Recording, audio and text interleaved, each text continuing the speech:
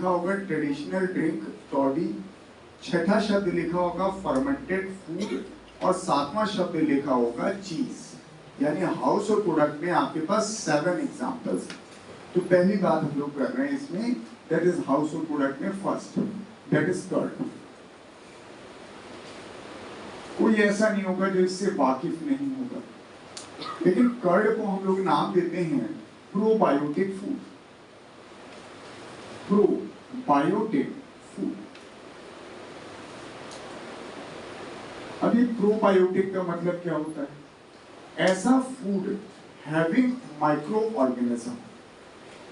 कोई ऐसा फूड जिसको आप खाने के तौर पे इस्तेमाल कर रहे हैं, उस खाने में ऑलरेडी कोई माइक्रो ऑर्गेनिज्म अगर पाया जाता है तो उसे हम लोग नाम देते हैं प्रोबायोटिक। तो जब हम कर्ड कहते हैं तो इसका मतलब इसके अंदर कोई ना कोई माइक्रो ऑर्गेनिज्म होता होगा। तो प्रोबायोटिक का मतलब it means food having micro organism.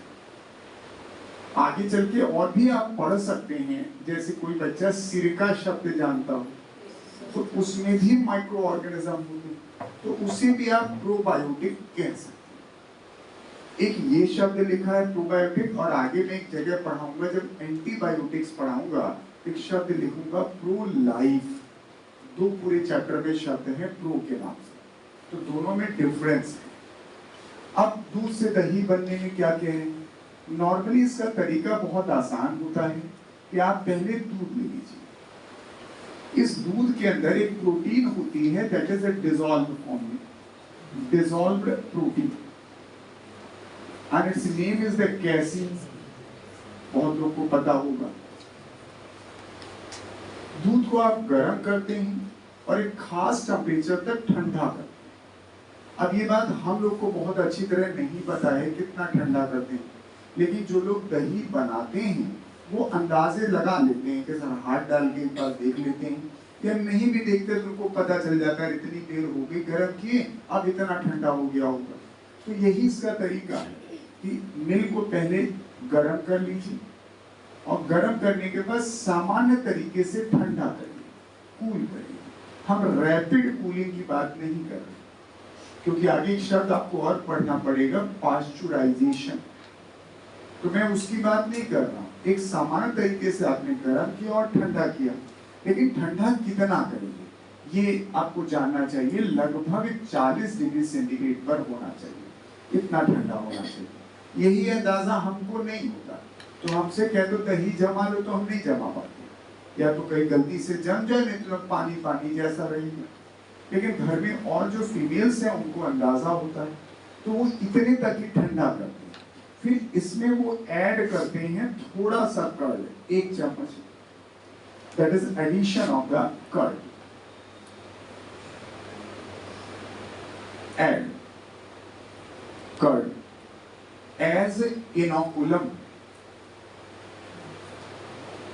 Inoculum कहलाता है जो किसी रिएक्शन को शुरू करता है, आप हिंदी में स्टार्टर कह सकते हैं।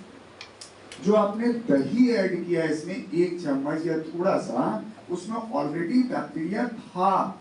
दिस कर्ड हैज थोड़ा सा तो होगा, and that is LAB, lactobacillus इसे कहते हैं। तो जब आपने ऐड किया 1 चम्मच दही, मान लीजिए उसमें 1000 LAB थी, 1 चम्मच में 1000 तो बहुत छोटा नंबर हुआ ना बैक्टीरिया के लिए। तो जैसे वो इस दूध में पहुंचा, तो ये एक बड़ा सुटेबल इसके लिए कल्चर मीडिया है। ये टेम्परेचर जो है इस बैक्टीरिया को ग्रो करने के लिए सबसे बेहतर है। तो जैसे ही आपने इसमें ऐड किया, वो कल्चर मीडिया की तरह काम किया, और then this bacteria start multiply. LAB जो है वो मल्टीप्लाई करना शुरू करता है, लेकिन ये टेम्परेचर सुटेबल होगा तभी करेगा, और LAB की पॉपुलेशन बढ़ने लगेगी। और जैसे ही LAB की पॉपुलेशन बढ़ेगी, जो इसका प्रोडक्ट है वो बढ़ने लगेगा, मिलियंस की संख्या में LAB पहुंच जाएगा, and that will produce a large number of the lactic acid, जिससे ढेर सारा लैक्टिक एसिड निकलेगा। इसका नाम ही यही रखा था। पहले तो 1 चम्मच था, लेकिन अंदर जाते ही घंटे 2 घंटे के अंदर वो सुटेबल टेम्परेचर मिलेगा, तो लैक्टिक एसिड की मात्रा बढ़ जाएगी। It's very simple. अब यही जो लैक्टिक एसिड आपके दूध में पहुंच गया, इट कोगुलेट, जो आपके पास कैसीन हुआ करता था, इस कैसीन को पार्शियली डाइजेस्ट कर देता है। It causes coagulation of protein. ये प्रोटीन को थोड़ा कोगुलेट कर देगा। अगर आप समझ पाए तो कैल्शियम पैराकैसिनेट बना देता है। नहीं समझ पा रहे हैं तो मैं शॉर्ट में लिख रहा हूं, partial digestion of the milk protein. Digestion of milk protein, इसमें कुछ भी ऐसा नहीं कि आपको ना आता। ये सारे मेथड आपने अपने घरों में देखे और शायद हमको ये पता भी नहीं कि कब से हमारे घरों में हाउस होल्ड प्रोडक्ट के नाम पे दही का इस्तेमाल हो रहा है, लेकिन बेसिक मैकेनिज्म तो है। आप सोचिए अगर ये लैक्टिक एसिड बैक्टीरिया ना होता तो प्रोबेबली आप दही तो नहीं बना पाते। This is the role of this micro. इसीलिए दही पचाना आसान होता है, दूध पचाना थोड़ा मुश्किल है, क्योंकि जो दही है उसमें ऑलरेडी प्रोटीन पार्शियली डाइजेस्ट हो चुकी होती है और दूध में प्रोटीन अनडाइजेस्टेड फॉर्म में है। तो ये अक्सर लोग कंप्लेन करते हैं कि यार दही हम खा लेंगे, कहते हैं पाचक है, डाइजेस्टेबल है, दूध नहीं पचा पाते। लेकिन बहुत सारे लोग पचा लेते होंगे, लेकिन बेसिक प्रक्रिया यही है। क्लियर? अब दो छोटे छोटे पॉइंट और। पहला सवाल आता है कि जब हम दूध से दही बना लेते हैं तो न्यूट्रिशनल वैल्यू भी क्या कोई बढ़ जाती है? क्योंकि सब कुछ तो वही है। यस, बढ़ जाती है। दूध से दही बनाने में न्यूट्रिशनल वैल्यू बढ़ जाती। क्यों? क्योंकि ये जो लैक्टिक एसिड बैक्टीरिया था, ये ना सिर्फ लैक्टिक एसिड निकालता है but also produces vitamin B12। Produces vitamin B12। तो जब ये मल्टीप्लाई करेगा तो दो चीजें आपके बेनिफिट में लाएगा। लैक्टिक एसिड ज्यादा सा मिला तो आपने दही बना लिया, लेकिन सर उसमें ढेर सारा विटामिन B12 भी तो मिला। तो इसीलिए कहते हैं curd has more nutritional value than milk. एक बार पढ़ लेंगे तो ध्यान रहेगा, लेकिन होता क्या है जब हम दूध से दही बनाना पड़ते हैं बस यही पढ़ के भाग जाते। न्यूट्रिशनल वैल्यू क्यों ज्यादा है ये भी ध्यान रखिएगा, because of increased vitamin B12। Clear? अब एक पॉइंट और, ये जो LAB है ये तो चलिए नेचर में पाया गया जिसका हमने अपने घरों में इस्तेमाल किया। हमारे स्टमक में भी LAB है और आपकी किताब में सिर्फ इतना लिखा है कि our stomach has this bacteria and produces the beneficial effect. बड़ी सिंपल सी बात है कि सर हमारे स्टमक में अगर हम LAB की बात करें, इन स्टमक ये ऐसा बैक्टीरिया है जो HCl से नहीं मर रहा है।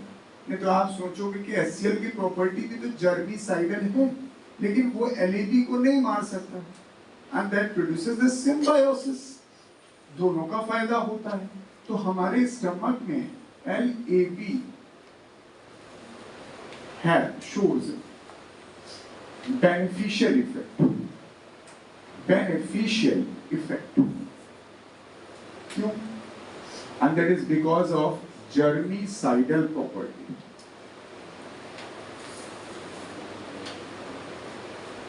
बिकॉज ऑफ लैक्टिक एसिड के अंदर जो होती है वो germicidal प्रॉपर्टी होती है। बस यही 3 पॉइंट याद रखना कि हम दूध से दही बनाते हैं with the help of LAB। अगर LAB का नाम भी आपको लिखना है तो आपको कोई स्पीसीज नहीं याद करनी है, and that is named as a lactobacillus, is only genus। LAB तो कॉमन नाम हो गया ना, लैक्टिक एसिड बैसिलाई, ऐसे रॉड से बैक्टीरिया जो लैक्टिक एसिड प्रोड्यूस करते हैं। क्लियर हो गया? आप इसमें गलती नहीं करोगे। इन 2 जगह पर कुछ कमजोर बच्चे गलती कर देते हैं क्योंकि ध्यान नहीं जाता हमको। हम हेडिंग में डाले हैं कर्ड, तो कर्ड वाली बात समझ में आ जाती, वो 2 इग्नोर करते। अगला आपके पास बेनिफिट है दैट इज यॉग हर्ड। इस पर कोई सवाल नहीं मिलेगा। सिर्फ ये नाम इसलिए बताया कि आपने सुना ही नहीं। बहुत सारे लोग योगर्ट कभी यूज ही नहीं किए। हम दही जानते हैं, दूध जानते हैं, मक्खन जानते हैं, या ज्यादा से ज्यादा चीज जानते हैं। तो ये भी एक आपके पास डेयरी प्रोडक्ट है that is form by the curling of milk. लेकिन यहाँ पर जो माइक्रो ऑर्गेनिज्म इस्तेमाल होते हैं वो थोड़े अलग। हालांकि मैंने माइक्रो ऑर्गेनिज्म आपके ब्रैकेट में लिख दिया है, वो इंपॉर्टेंट नहीं। आपके लिए सिर्फ एक लाइन है, वो भी एग्जाम के लिए बिल्कुल नहीं है। खाली योगर्ट शब्द लिखा हो जिससे आपको पता चलेगा कि ये भी एक डेयरी प्रोडक्ट है, डेयरी प्रोडक्ट। और ये कैसे? That is produced bye curling of milk, यानी दूध को दही जैसा ही बना देते हैं, लेकिन एग्जैक्टली उसे हम कर्ड नहीं कहते। अब इसमें दूध को थोड़ा सा अलग किया जाता है, स्किम्ड मिल्क लिया जाता है, बट चूंकि डिटेल में नहीं है तो मैंने मिल्क की क्वालिटी में कोई परिवर्तन नहीं किया। कर्ड था तो मैंने कहा कि पहले गर्म करिए और एक टेम्परेचर बताया, इसमें ज्यादा कुछ नहीं। हाँ, माइक्रो ऑर्गेनिज्म मैंने जानबूझ के लिखा है क्योंकि एक शब्द लिखा जा रहा होगा इसमें, लैक्टोबैसिलस। नाम देखें जो माइक्रोब यूज करते हैं।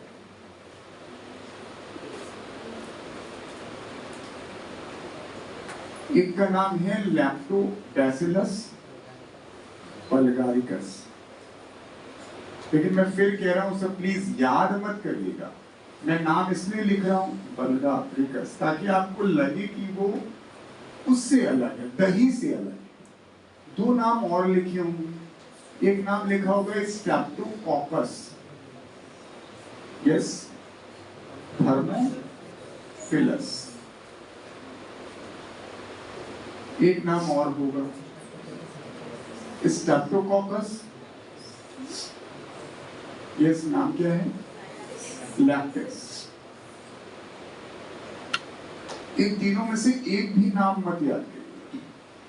मैं नाम सिर्फ जानबूझ के लिए इससे लिख रहा हूं क्योंकि आगे चल के मुझे स्ट्रेप्टोकोकस एक जगह पढ़ाना है और वो बहुत इंपॉर्टेंट है, जिससे आपको अंदाजा रहे कि स्ट्रेप्टोकोकस कई तरह के होते हैं।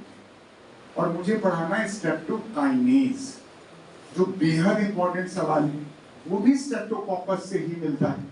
तो आप कंफ्यूज ना हो कि सर स्ट्रेप्टोकोकस एक है, बहुत सारे स्ट्रेन होते हैं।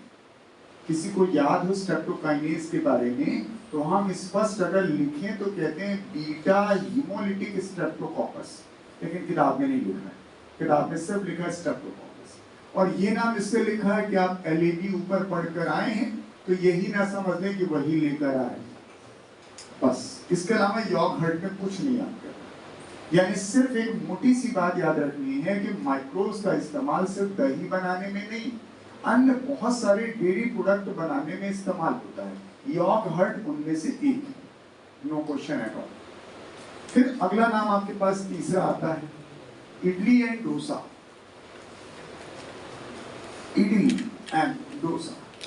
अब इन दोनों की प्रिपरेशन हम लोग घरों में भी करते हैं और नहीं करते हैं तो बनते तो देखा ही, क्योंकि जैसे ही हम ऑर्डर करते हैं हमारे सामने ये बना के रख देता है। इडली तो फिर भी बना के रखे रहता है, लेकिन कॉन्टिन्यूअस बना रहा है, और डोसा तो तुरंत बनाता है। एक भगोने में वो एक प्रकार का लिक्विड लिए रहता है, डफ। आटा को कहते हैं हम लोग, जो आटा गूंद लेते हैं उसको डो कहते हैं, सही नाम है, ये लिखते हैं हम लोग डफ, कहलाता है डो। अब डो अगर हम आटे को गूंदने वाले कह देंगे तो वो लगेगा तो सॉलिड जैसा कुछ है, लेकिन डोसा का डो तो अलग होता है, थोड़ा लिक्विफाइड होता है। तो हम बस एक ही बात इसमें बता रहे हैं।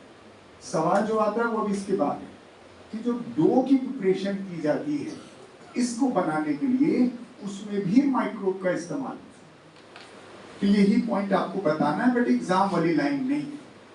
Dough is prepared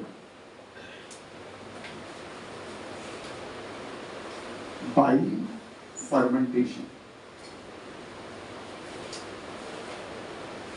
with help of bacteria।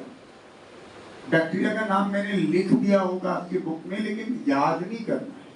फिर देखिए लिखा होगा स्ट्रेप्टोकोकस फेकालिस, एक नाम लिखा है, बस सिर्फ देखने के लिए लिख रहा हूं। ताकि आपका थोड़ा भ्रम दूर हो जाए। खाली स्ट्रेप्टोकोकस एक होता है, स्ट्रेप्टोकोकस फेकालिस।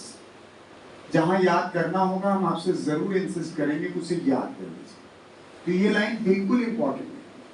तो इस लाइन में ये एहसास करिए कि सर इसका भी हम जो फॉर्मेशन कर रहे हैं अपने घरेलू खाने पीने की चीजों में, इन्हीं की मदद से कर। अगर बैक्टीरिया ने माइक्रो ऑर्गेनिज्म ना होता तो हमको शायद इडली और डोसा भी नहीं होता। अब अगले पॉइंट एग्जाम का सवाल है, अगर आप कभी वो भगोने को देखिएगा जिसमें वो डो रखे रहते हैं, उसमें छोटी छोटी बूंद निकलती रहती है, पुट पुट पुट निकलती रहती, तो वही सवाल पूछा था। The term with the puffed appearance, जो उसमें पफी अपीयरेंस नजर आता है, and that is because of. Actually जब हम फर्मेंटेशन करते हैं तो सर प्रोडक्ट जो भी बनता हो, लेकिन साथ में CO2 भी बनता है। तो वही आपके पास जो फर्मेंटेशन कंटिन्यू भगोने बना रहता है, क्योंकि वो 2 मिनट में नहीं बन जाता है इडली डोसा। वो डो प्रिपरेशन वो काफी पहले से करके रखे रहते हैं, एक दिन पहले से तैयारी करते हैं, तब आज डो बन पाता है। रोटी थोड़ी ना कि तुरंत आटा गूंदा और बना दिया। तो यहाँ का जो एग्जाम का सवाल है, सिर्फ ये जो लिख रहा हूं ये है, that is a puffed appearance. Puffed appearance of dough is due to production of CO2, due to production of CO2। क्यों? हालांकि एथिल अल्कोहल भी निकलता है, बट हम उसे नहीं लिखते हैं। हमारा पर्पस सिर्फ ये होता है ड्यूरिंग फर्मेंटेशन। इसलिए सवाल ये गलत होता ही नहीं किसी का। अब पढ़ने में आपको लग रहा होगा जबरदस्ती कठिन बताए जा रहे हैं, कठिन नहीं बता रहे हैं, सिर्फ आपको ये दिला रहे हैं कि यहाँ पर पढ़ के छोड़ दीजिए, ताकि कभी आप लैक्टोबैसिलस पढ़े तो पकड़ के मत बैठिए खाली दही बनाएंगे। उसका इस्तेमाल कहीं अन्य जगह हो सकता है। स्ट्रेप्टोकोकस पढ़े तो एक ही जगह नहीं, अलग अलग स्पीसीज हैं, उनके अलग अलग काम है आपके पास। तो आपका सवाल सिर्फ एग्जाम का ये, यस, इसमें सिर्फ आपको जनरल शब्द याद रखना है कि माइक्रो ऑर्गेनिज्म का इस्तेमाल हम इडली और डोसा में भी करते हैं, ये भी हमारा घरेलू उत्पाद है। तो फिर अगला शब्द आपके पास लिखा है ब्रेड, चौथा, और यहां पर भी एक ही सवाल है। लेकिन ब्रेड बनाते वक्त हम जिस माइक्रो ऑर्गेनिज्म का इस्तेमाल करते हैं वो आपको याद करना। इन दोनों में नहीं करना तो मैंने इंसिस्ट नहीं किया, और ये याद भी होगा आपको, दैट इज सैक्रोमाइसीस सेरेविसी। तो यहां पर भी यही शब्द है कि ब्रेड बनाने के लिए पहले आटा तो गूंदोगे ना, द टर्म इज डो। तो सेम पॉइंट है, the dough is produced by fermentation of an bacteria या वायरस, यीस्ट। नाम है उसका सैक्रोमाइसीस सेरेविसी। लेकिन ये line important, dough is prepared by fermentation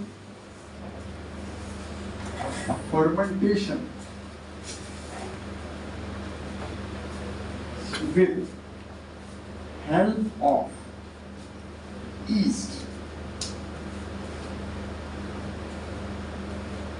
नाम है उसका सैक्रोमाइसीस सेरेविसी।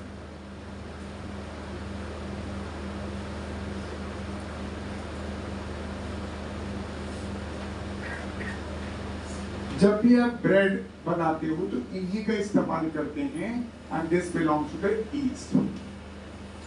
इसीलिए हम इसको नाम देते हैं बेकर्स ईस्ट।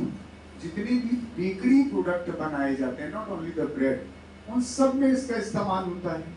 तो आप चाहें तो इसी को नाम दे दें बेकर्स ईस्ट। एक बात और ध्यान रखिएगा, बेकरी प्रोडक्ट में ही नहीं इस्तेमाल होता है, बल्कि ये शराब बनाने में भी इस्तेमाल होता है। तो हम वहां जब पढ़ेंगे तो नाम देंगे ब्रीवर्स ईस्ट। एक ही है सैक्रोमाइसीस सेरेविसी, चूंकि बेकरी इंडस्ट्री में इस्तेमाल हो रहा है इसलिए हम इसे बेकर्स ईस्ट कहते हैं। शराब के कारखानों में भी इसका इस्तेमाल होता है। शराब को हम लोग नाम देते हैं अल्कोहलिक बिवरेजेस, तो हम लोग उसे नाम देंगे ब्रीवर्स ईस्ट। तो वहां कोई अंतर नहीं है। तो यस, दिस लाइन इज यहाँ पर है। इन दो जगह इंपॉर्टेंट नहीं था। यहाँ पे एक दूसरा सवाल भी है, जब आप ब्रेड लेकर आते हो तो देखते हैं कुछ जगह छेद होते हैं, बड़े भी होते हैं और महीन महीन होते हैं। इवन बंद मक्खन लाते हो तो वो भी फ्लफी अपीयरेंस होता है, अगर उसको आप काटें तो उसमें भी आपको छेद छेद सा नजर आएगा, लेकिन ऊपर की लेयर थोड़ी मोटी होती है, इसलिए आर पार छेद नहीं होता। तो यहाँ पर जो हम लोग कहते हैं दैट इज जो पोर्स नजर आ रहे हैं या फ्लफी कह दीजिए, फ्लफी या pores are due to production of CO2।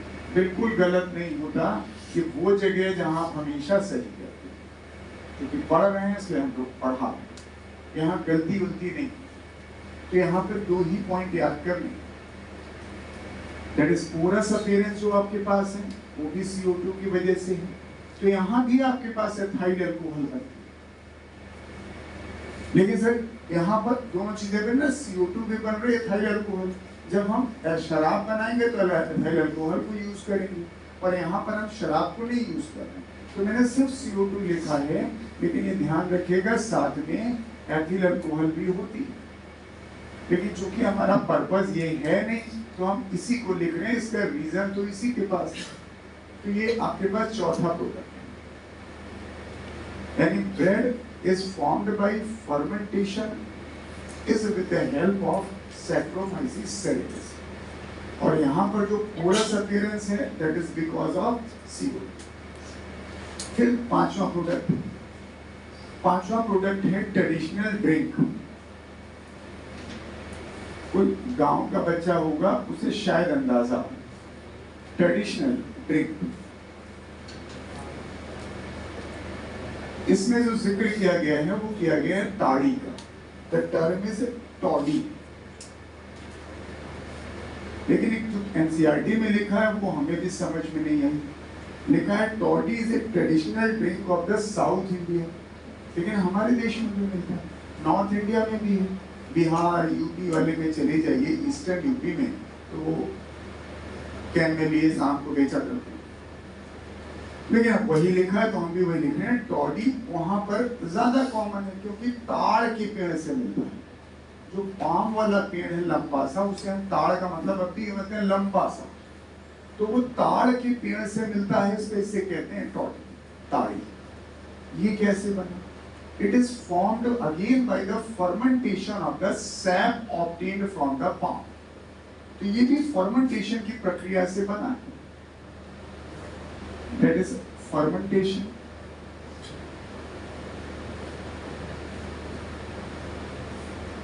किसका? That is sap of palm।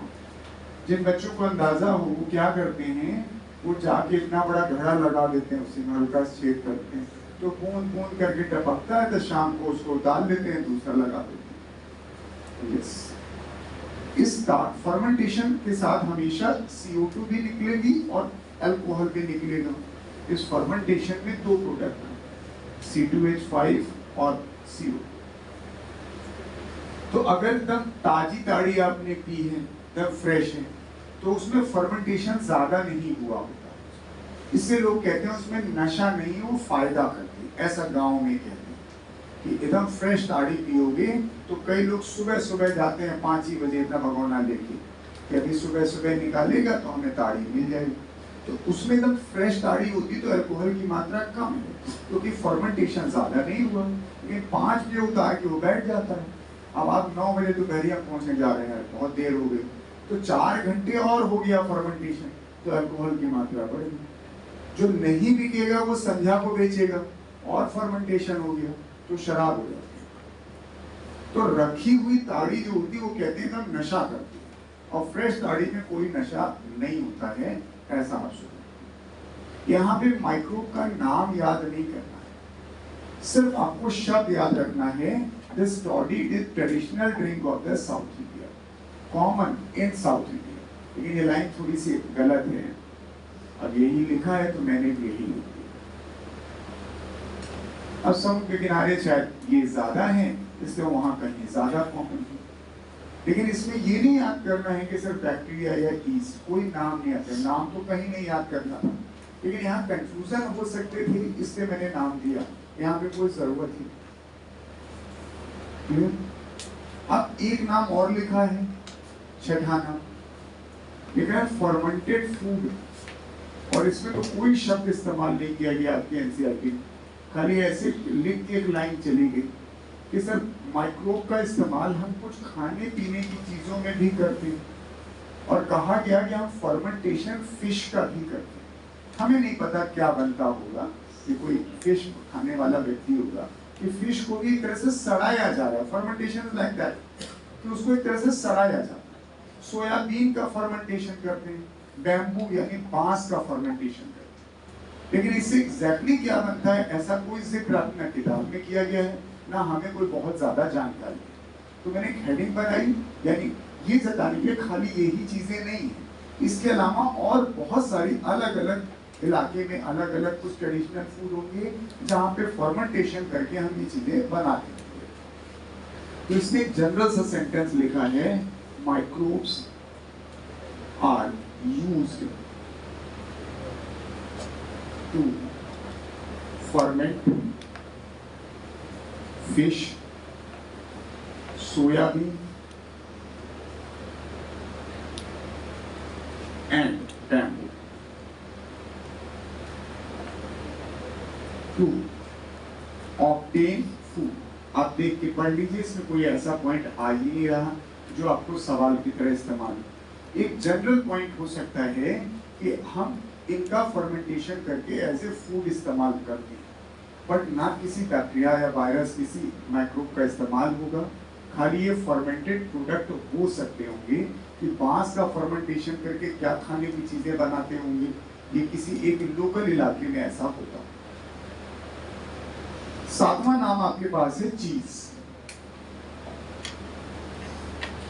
अब ये चीज थोड़ी समझने वाली है कि चीज एग्जैक्टली वो नहीं होती जो हम लोग पहले जाना करते थे, क्योंकि जब लोग छोटे थे हमारी माँ कहती थी ये काम करो तो एक चीज देंगे।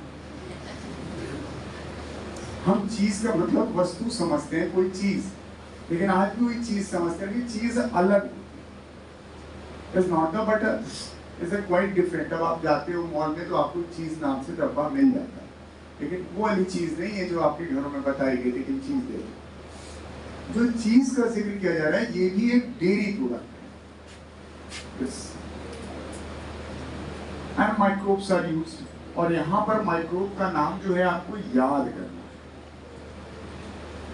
तो अलग अलग वैरायटी ऑफ चीज होती है, उनका टेस्ट अलग होता है, टेक्सचर अलग होता है, छूने में अलग होती है, फ्लेवर अलग होता है, प्रोसेसिंग अलग। तो जो डिफरेंट टाइप यानी चीज का टेस्ट है, फ्लेवर है, टेक्सचर है, ये इस बात पे डिपेंड करता है कि कौन सा माइक्रो ऑर्गेनिज्म इस्तेमाल हुआ। ये एग्जाम में आ चुका है। फिर से डिफरेंट वैरायटी ऑफ द चीज कैसे टेस्ट से अलग होंगी, टेक्सचर से अलग होंगी और फ्लेवर से अलग। ये इस बात पे डिपेंड करता है कि कौन सा माइक्रो ऑर्गेनिज्म इस्तेमाल हुआ है उसकी प्रिपरेशन। तो दो प्रकार के चीज का हम आपसे जिक्र करेंगे, तो पॉइंट लिखिए। शब्द है डिफरेंट वैरायटी ऑफ द चीज,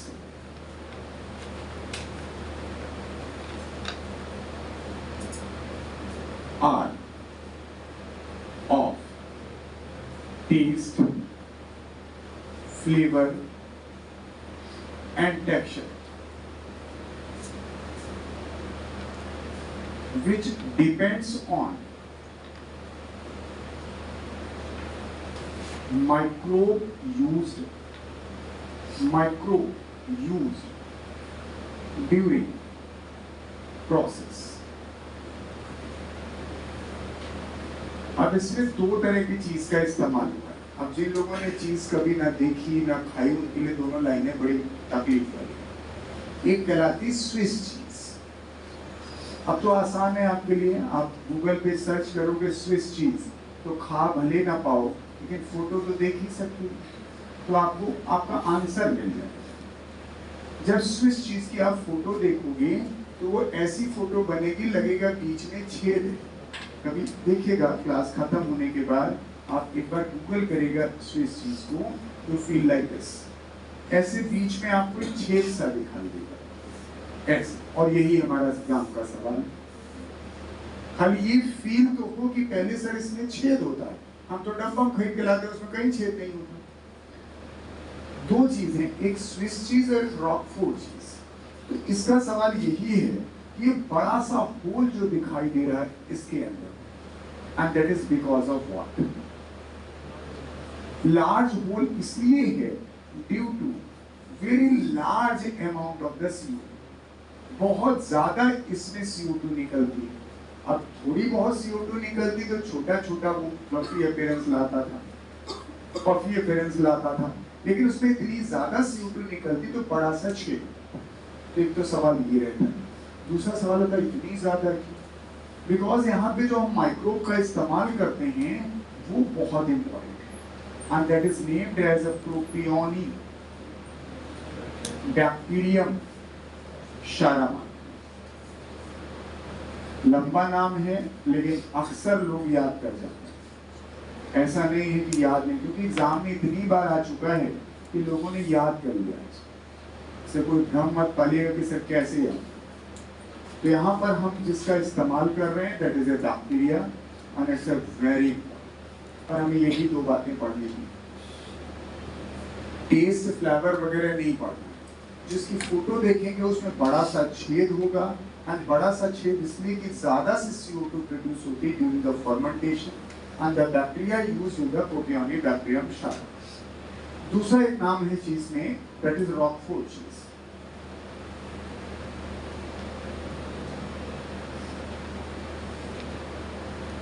अब इसकी फोटो देखने से आपको कुछ समझ ही नहीं आएगा, जैसे देख इसको भी लीजिएगा, देखा गया है कि रॉकफोर्ट जो चीज होती है उसका फ्लेवर एकदम अलग है। कभी आप खरीद पाइए तो खा के देखिएगा, आप पहली बार जबान पे रखोगे तो बड़ा अजीब सा टेस्ट है, कसाला कसाला सा, थोड़ा खट्टापन लिए होगा और थोड़ा स्वाद उसका अच्छा नहीं होगा, लेकिन जब धीरे धीरे खा लोगे तो आपको ठीक लगेगा। लेकिन पहला टेस्ट उसका बड़ा खराब होता है। क्यों ऐसा?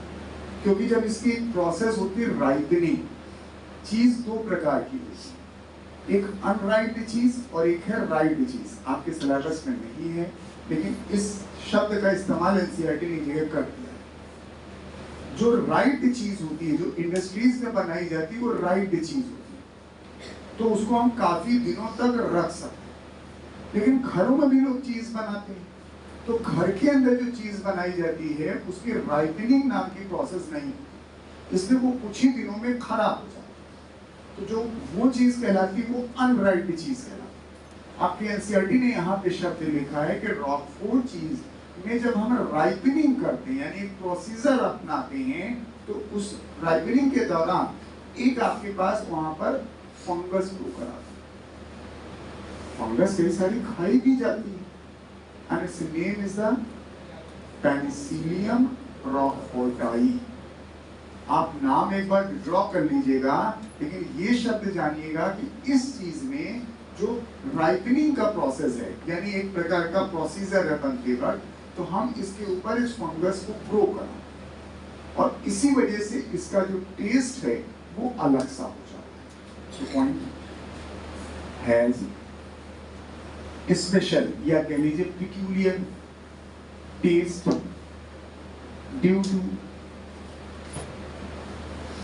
Growth of fungi. ये शब्द ध्यान से देखिएगा, ड्यूरिंग राइपनिंग, क्योंकि राइपनिंग वर्ड आप खाली फलों के लिए इस्तेमाल करते हो, इसलिए शायद आपको अटपटा सा लगता है।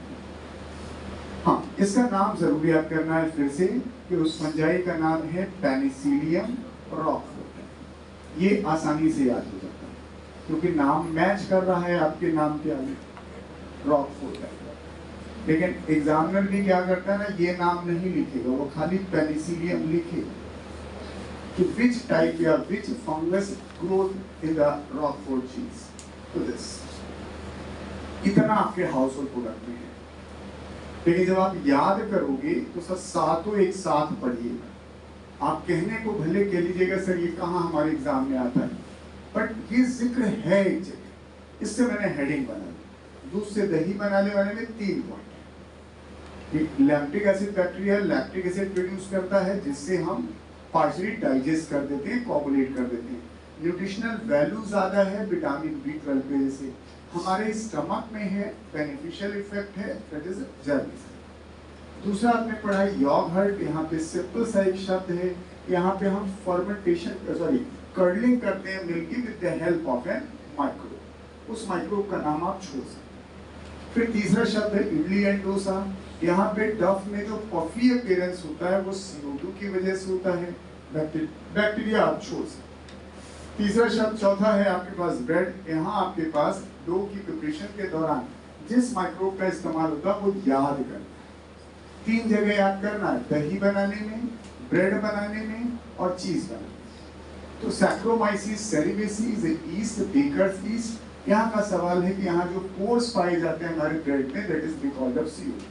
ट्रेडिशनल ड्रिंक में सिर्फ नाम याद करना है टॉडी का, एंड वो कौन से आपके इस्तेमाल होंगे यहाँ बैक्टीरिया और ईस्ट वो नहीं याद करना है। फर्मेंटेड फूड सिर्फ हेडिंग जाननी है कि कुछ खाने भी हैं, खाने पीने की चीजें जिनका हम फर्मेंटेशन करते हैं with the help of micro, but हमारी नॉर्थ इंडिया में शायद कॉमन नहीं है। चीज में 2 नाम याद करने हैं आपको, that is Swiss cheese and Roquefort cheese. Swiss चीज में आपके बड़ा सा होल CO2 की वजह से, बैक्टीरिया का नाम है प्रोपियोनिक बैक्टीरियम शालामानी, और रॉकफोर्ट चीज में जो एक स्पेसिफिक फ्लेवर आ रहा है that is because of the growth of a particular fungus. Clear?